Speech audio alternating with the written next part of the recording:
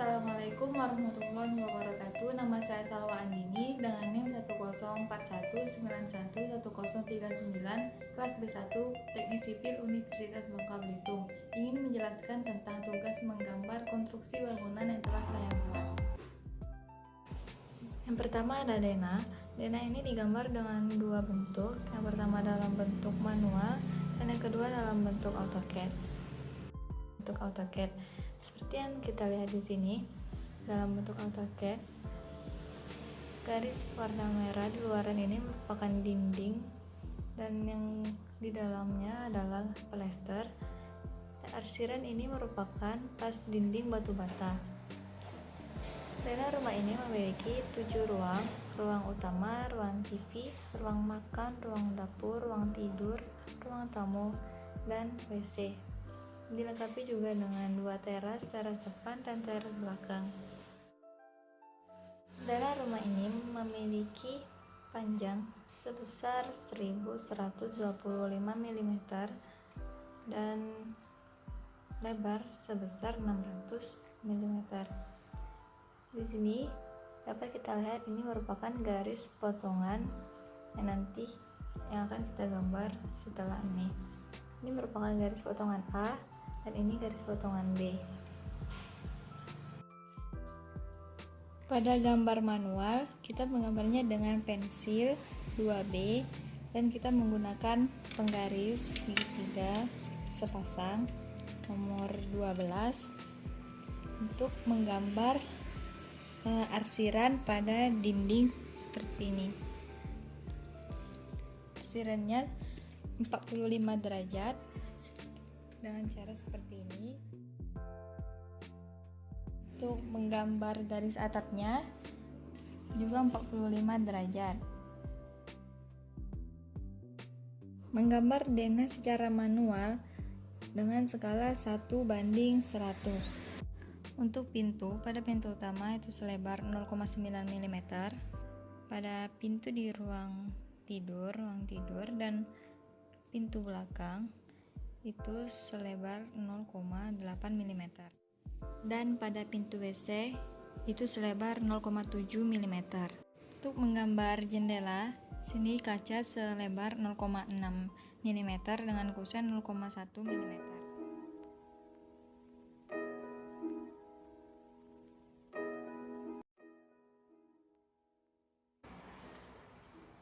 Yang kedua ada tampak depan, tampak belakang, tampak kanan, dan tampak kiri serta tampak atas. Tampak depan merupakan penampakan sisi depan dari rumah yang telah kita buat. Kita lihat di denah, kita menggambar tampak dengan cara menarik garis dari dinding lalu menjadi rumah tampak depan seperti ini. Rumah tampak belakang, kita lihat dari sisi belakang rumah yang telah kita buat. Sama seperti tampak depan, kita mengambil dari dinding yang ada di rumah bagian belakang. Tampak kanan, kita dapat mengambil dari sisi sebelah kanan rumah yang telah kita buat dan kita tarik garis seperti tampak sebelumnya. Begitu juga pada tampak kiri dan tampak atas. Selain tampak dalam bentuk AutoCAD, tampak juga digambar dalam bentuk manual. Bisa kita lihat sini tampak kanan, ini tampak depan, tampak belakang, tampak kiri, dan ini tampak atas. Tampak samping kanan kita mengambil dari sisi kanan denah, begitu juga di kiri, belakang, depan, dan atas. Pada tampak dalam bentuk manual, kita menggambar atap dengan sudut elevasi sebesar 30 derajat. Yang ketiga ada potongan AA dan potongan BB.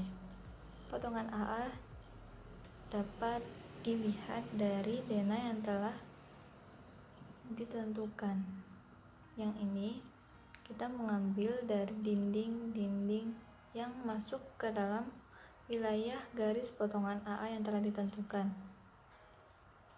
Jadi seperti ini. Potongan BB kita lihat dari garis potongan BB yang telah ditentukan pada denah. Kita ambil berdasarkan arah panah yang ditunjukkan. Jadi seperti ini. Selain potongan pada AutoCAD, potongan juga digambar dalam bentuk manual. Ini potongan A dan ini potongan B. Seperti yang kita lihat tadi pada denah, sudah ada garis yang ditentukan untuk membuat potongan yang akan kita gambar. Seperti ini. Dan ini. Lalu ada rencana pondasi dan detail pondasi. Pondasi adalah bagian struktur dari bangunan yang menahan beban bangunan dan meneruskannya ke dasar tanah. Seperti ini detail pondasi yang akan meneruskannya ke dasar tanah. Dan ini merupakan keterangan yang menunjukkan gambar.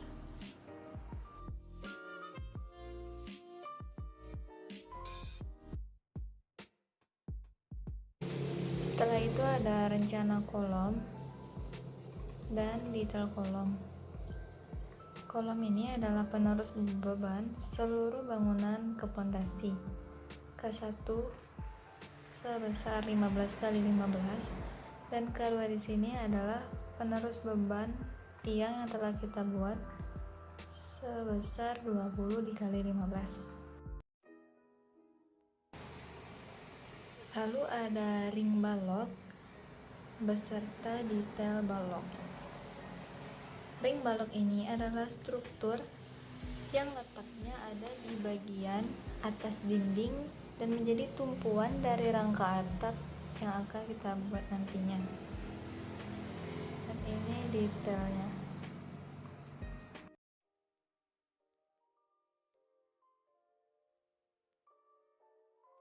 Setelah itu ada rencana kusen dan detail kusen. Rencana kusen ini merupakan peletakan kusen yang akan kita letakkan di dalam rumah kita. P1 adalah kusen pintu utama, P2 pintu di kamar-kamar biasa, P3 adalah pintu di kamar mandi. J1, J2, J3 adalah jendela dengan nomor ini merupakan jumlah jendelanya. Dan ini adalah boven yang ada di WC. Lalu ada detail kusen. Ini pintu tipe P1, pintu utama, setinggi 218 dan lebarnya ini 100.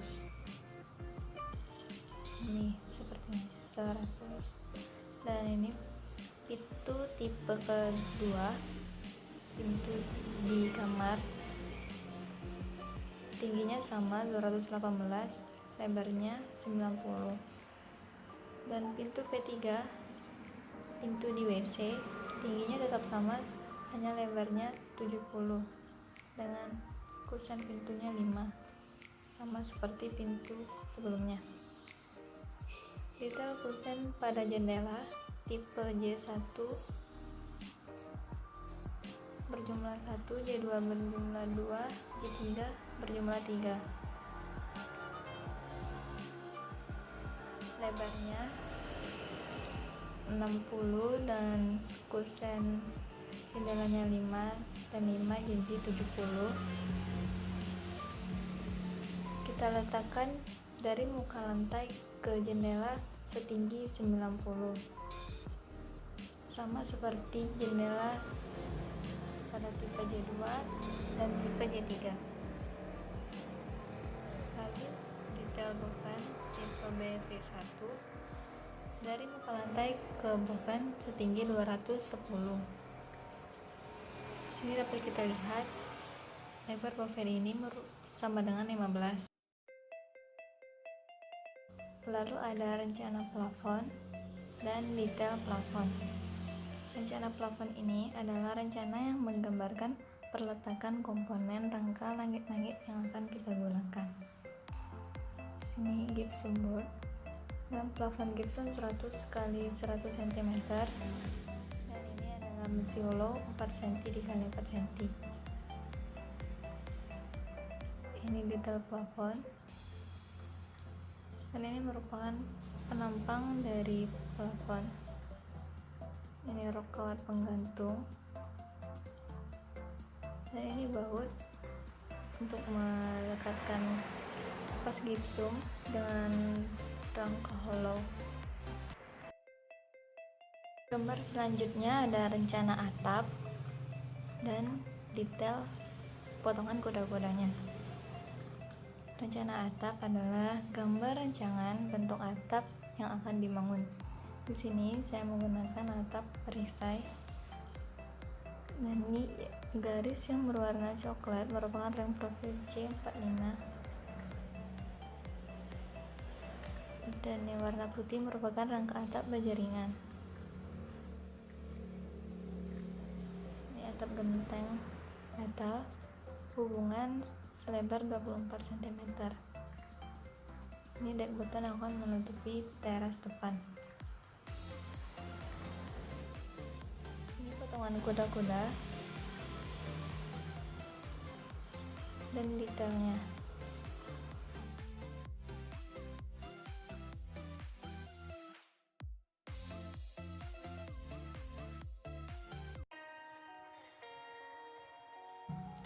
Gambar selanjutnya ada rencana keramik, adalah perencanaan keramik yang akan digunakan di dalam rumah.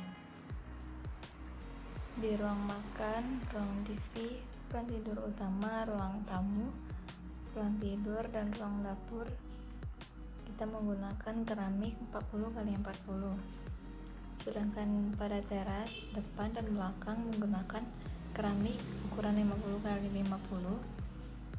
Pada WC, keramik 25 x 25.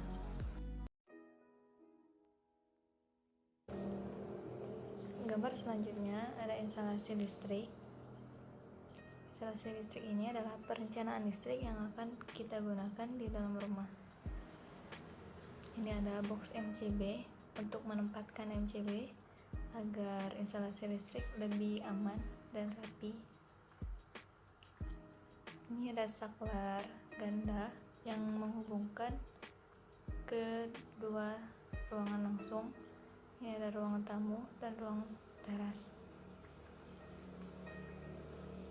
Lampu yang berwarna biru ini adalah downlight 18 watt, sedangkan yang warna putih downlight 14 watt yang kita letakkan di WC. Ini saklar tunggal hanya menghubungkan ke satu ruangan saja, dan ini adalah stop kontak. Kita bisa lihat di sini keterangannya. Selanjutnya ada instalasi air bersih, yang merupakan perencanaan pembangunan alur air bersih dari sumber air melalui komponen penyalur dan penyambungnya ke bak-bak penampungan ataupun ke keran-keran yang berfungsi untuk memenuhi kebutuhan sehari-hari. Dari sini sumber air bersih dan dari toren mengalir melalui pipa. Di sini kita menggunakan pipa PVC dengan diameter 3/4, mengalir ke WC, ke bak-bak, dan ke wastafel serta ke keran air.